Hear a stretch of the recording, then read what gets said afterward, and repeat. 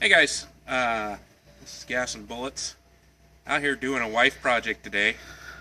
Ultimately it's for the whole family because it means more food.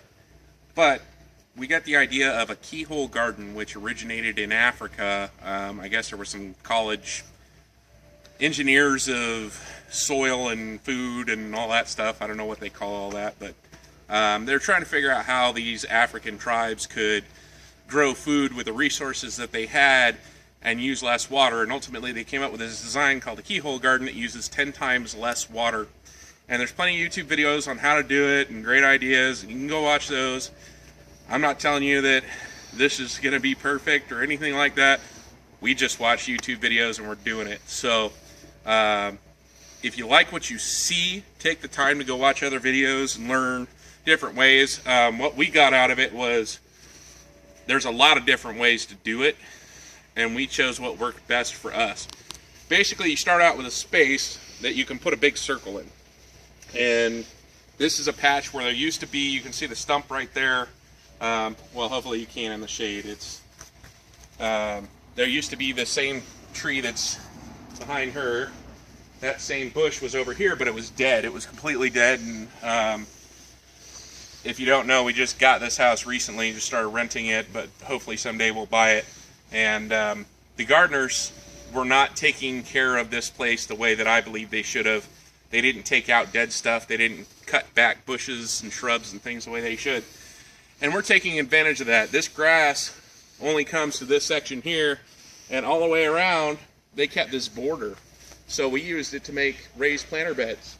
There was no grass there. It was a perfect space to make raised planter beds. And so now, this keyhole garden, basically you figure out how wide your space is that you want to use for the edge of the perimeter.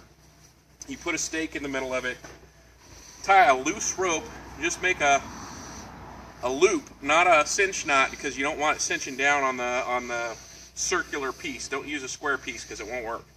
Use like a rebar or something like that.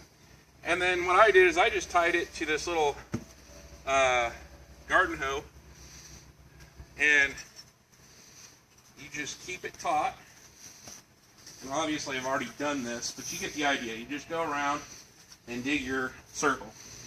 Then pick a spot wherever you want it to be. Some people will put it out here in the front so they can walk right up to it. In our case, we have shade here from the fence line, and we want more full sun plants than we do shade plants.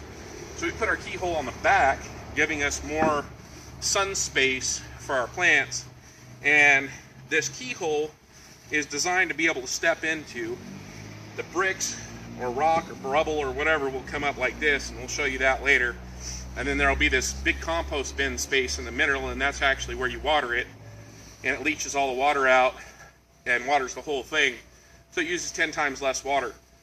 So we're maximizing the amount of space that we have. We're actually going to do the mound type, where you mound it up in the center, and that'll give it even more height, more square footage. So I'll show you more about it later, but this is what we're starting with. That's all just scrap rubble and rocks that we got from friends. One friend, Julie, she had a neighbor that was going to throw a lot of this stuff away. She was just trying to get rid of it, so our friend Julie took it and had it sitting on her property. She didn't know what she was going to do with it, and whenever we put out the request for bricks and rocks and rubble and whatnot, she said, oh hey, come and get all this. And I was able to back my truck right up to it, and it was a lot of work moving it. My truck sat like that. It's just a little Toyota. But we got it all moved. We're going to make use of it. Alright, you guys have a good day. We'll be back whenever we have more to show you.